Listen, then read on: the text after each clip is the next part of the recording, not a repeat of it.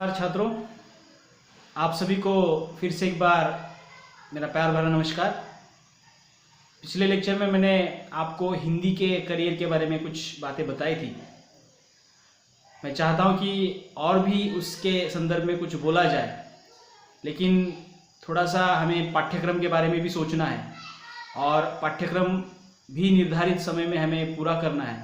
इसलिए लेक्चर के दौरान बीच में अगर कभी विषय निकलता है तो वहाँ पे मैं एक एक करके जो है हिंदी के माध्यम से जो करियर के ऑप्शन हैं मैं आपके सामने रखूँगा। और उसके पहले थोड़ा सा हम पाठ्यक्रम की चर्चा करेंगे। मुझे लगता है कि मैडम ने आपको सिलेबस के बारे में कुछ जानकारी दी है और हमारे बीए भाग 1 के व्हाट्सएप ग्रुप पे भी ये सिलेबस भेज दिया गया है। सभी छात्रों को ये ध्यान में रखना है कि वो सिलेबस जो आपको भेजा है व्हाट्सएप ग्रुप पे, वो आपको प्रिंट आउट करके अपने पास रखना है। और जब कभी हम ये पढ़ाई या लेक्चर जो अटेंड करने वाले हैं उस दौरान वो पाठ्यक्रम आपके सामने हो तो और आपको वो सहजता से समझ में आ जाएगा। तो इसलिए कृपया आप व्हाट्सएप पर दिए गए पाठ्यक्रम को प्रिंट आउट करके निकाल के रखिएगा। तो थोड़ा सा मैं अभी के लेक्चर में मैं आपको थोड़ा सा इस सत्र में जो हमें पाठ्यक्रम निर्धारित किया गया है, पुण्यश्लोक अहिल्यादेवी होळकर सोलापुर विश्वविद्यालय सोलापुर के हिंदी अध्ययन मंडली की ओर से बीए भाग 1 का जो पाठ्यक्रम है जो जून 2019 से लागू किया गया है, तो उस पाठ्यक्रम की चर्चा या वह पाठ्यक्रम जो है हमें इस पहले सत्र में पढ़ना है।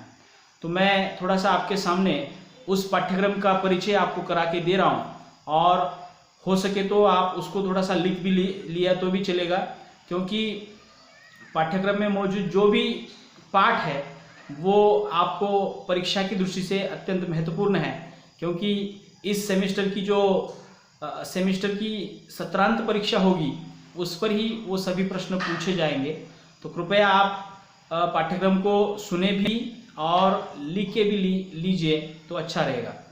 तो मैं थोड़ा सा आपको बताना चाहता हूँ कि हमारा पाठ्यक्रम जो है लगभग 4 विभागों में विभाजित किया गया है और इस पेपर का नाम जो है साहित्य रत्न इस पेपर को नाम दिया गया है और सोलापुर विश्वविद्यालय के ऐच्छिक हिंदी के रूप में इस पेपर को जाना जाता है।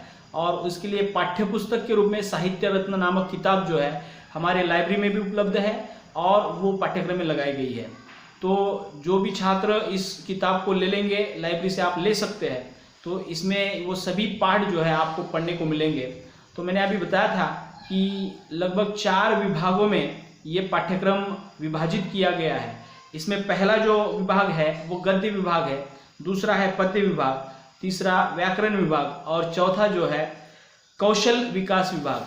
अर्थात 4 विभागों के भीतर हमें 4 प्रकार के पाठ जो है पढ़ने हैं, जिसमें गद्य विभाग आप जानते होंगे गद्य किसे कहते हैं कि जिसमें कहानियाँ, नाटक, उपन्यास, लघु कथा, ये सभी जो बातें आती है वो किस में आ जाएगी, गद्य के भीतर आएगी। और पद्य के भीतर आप जानते ही हैं कविता, शेरो शायरी, मुशायरा, गजल, ये सभी बातें जो है पद्य के भीतर आएंगे। और व्याकरण विभाग के अंतर्गत आप जानते हैं कि संज्ञा, सर्वनाम, वचन, लिंग, ये विशेषण, ये सभी बातें जो है व्याकरण विभाग के अंतर्गत आ जाती है।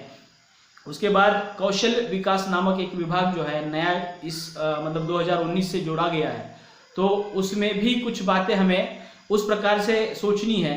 मुझे लगता है कि मैडम ने इस पर थोड़ी सी चर्चा की है, मैं भी थोड़ा सा इसके बारे में आपको बताऊंगा। सबसे पहले हम क्या करेंगे, एक एक विभाग को लेकर मैं थोड़ी सी चर्चा करूंगा ताकि परिचय आपको हो जाए कि हमें इस सत्र में कौन सा पाठ्यक्रम पढ़ना है। तो गद्य विभाग के अंतर्गत पहली कहानी जो है चीफ की दावत नामक एक कहानी है और उसके लेखक जो है भीष्म साहनी जी है। हिंदी साहित्य के एक महान हस्ताक्षर के रूप में जिनको जाना जाता है। और भीष्म साहनी वो हस्ती है जिन्होंने देश के विभाजन की त्रासदी को भी अपनी आंखों से देखा है और उनके द्वारा चीफ की दावत एक कहानी जो है अत्यंत मार्मिक कहानी है, उनको हिंदी साहित्य के भीष्म पितामह भी कहा जाता है, क्योंकि हिंदी साहित्य के भीतर उन्होंने जो कहानियाँ लिखी है वो अत्यंत महत्वपूर्ण है और विशिष्ट विषय को लेकर वो सामने आती है। तो तो चीप की दावत ये कहानी जो है, आप जानते हैं दावत का मतलब है भोज, और चीप मतलब जो कोई मुख्य अधिकारी है उसको खुश करने के लिए कुछ दावत रखी जाती है। और दावत रखते समय घर का जो बुजुर्ग व्यक्ति है या घर की जो बुजुर्ग माँ है उसके प्रति किस प्रकार रवैया अपनाया जाता है, ये बातें थोड़ी सी इस कहानी के भीतर हम देख सकते हैं। दूसरा पार्ट जो है इस गद्य विभाग के अंतर्गत आ जाता है वो है सुभान खां। ये रेखा चित्र है, रामवृक्ष बेनीपुरी द्वारा लिखित रेखा चित्र सुभान खां।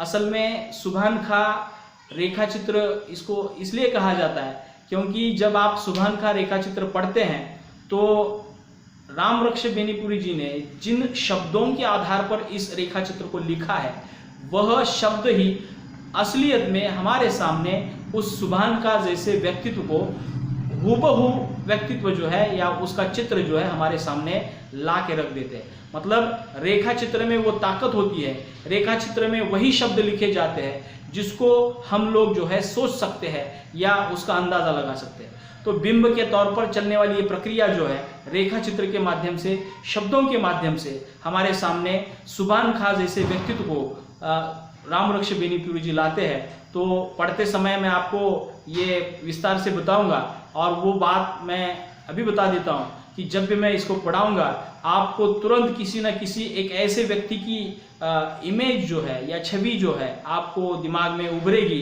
क्योंकि रामवृक्ष बेनीपुरी जी की भाषा ही ऐसी है कि वो अपने लेखन के माध्यम से, शब्दों के माध्यम से किसी भी व्यक्तित्व को आंखों के सामने हूबहू ला देते हैं। तो इसलिए सुभान खां नामक रेखा चित्र जो है हम पढ़ने वाले हैं।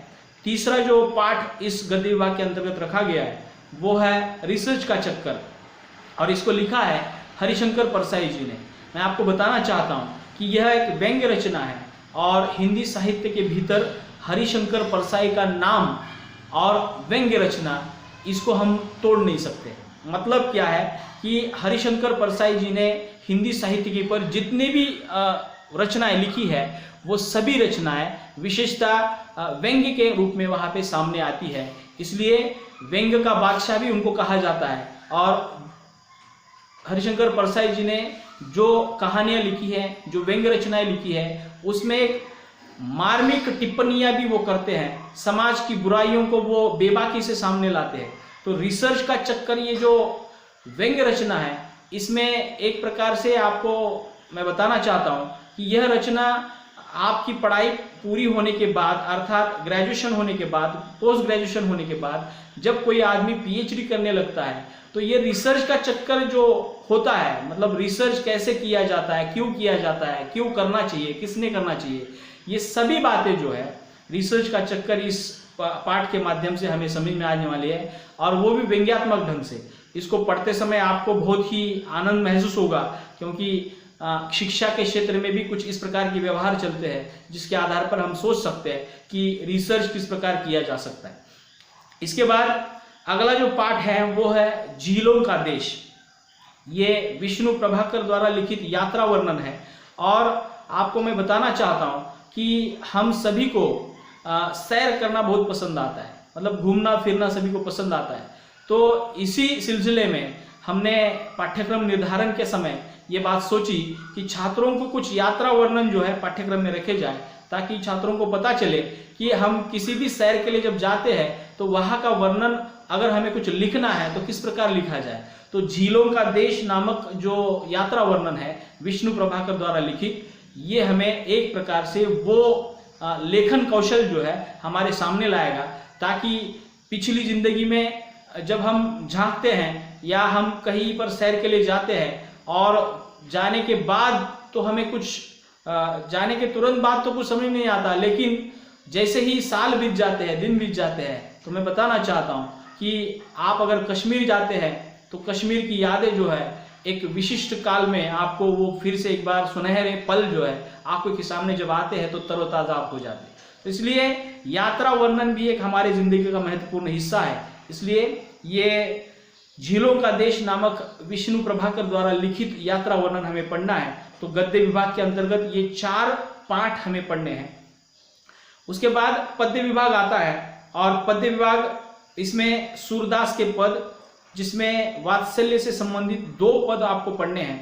इसमें सूरदास जो है कृष्ण भक्त कहे जाते हैं, अर्थात कृष्ण भक्त काव्य के परंपरा के प्रमुख हस्ताक्षर है, और सूरदास जी ने वात्सल्य वर्णन से संबंधित जो कुछ पद लिखे हैं हमारे सिलेबस में लगाए गए हैं। उसके बाद मध्यकाल में एक प्रमुख संत, क्रांतिकारी संत जिसको कहा जाता है, वो संत कबीर जी के दोहे हमें पढ़ने हैं। लगभग 10 दोहे हैं। समाज का प्रबोधन करने के लिए, समाज को प्रगति की दिशा में लेके जाने के लिए, और समाज में जो द्वेष पैदा होता है जाति धर्म के भीतर, इसको लेकर भी कबीरदास जी ने अपनी बातें जो है अत्यंत बेबाकी से की है।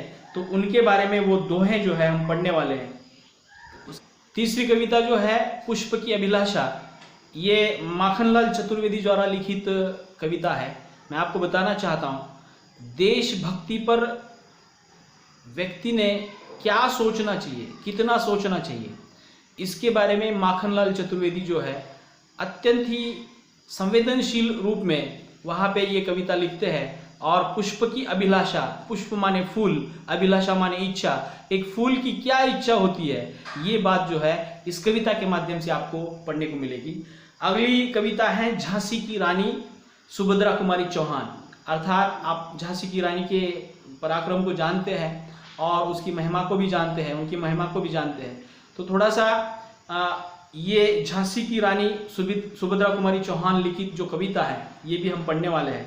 इसके बाद 5वीं कविता है जो नहीं होते धरती पर, चंद्रकांत देवताली जी की कविता है। और ये कविता जो है या पद्य विभाग जो है पूरा के पूरा मैडम पढ़ाने वाली है। तो इसलिए गद्य विभाग के जो भी 4 पाठ है वो मैं पढ़ाऊंगा, और पद्य विभाग के 5 जो कविताएं हैं वो मैडम पढ़ाने वाली है। उसके बाद व्याकरण विभाग आ जाता है, जिसमें मुहावरे और कहावतें परिशिष्ट के आधार पर पाठ्यक्रम में दिए हैं, हम वो आपको दे देंगे। और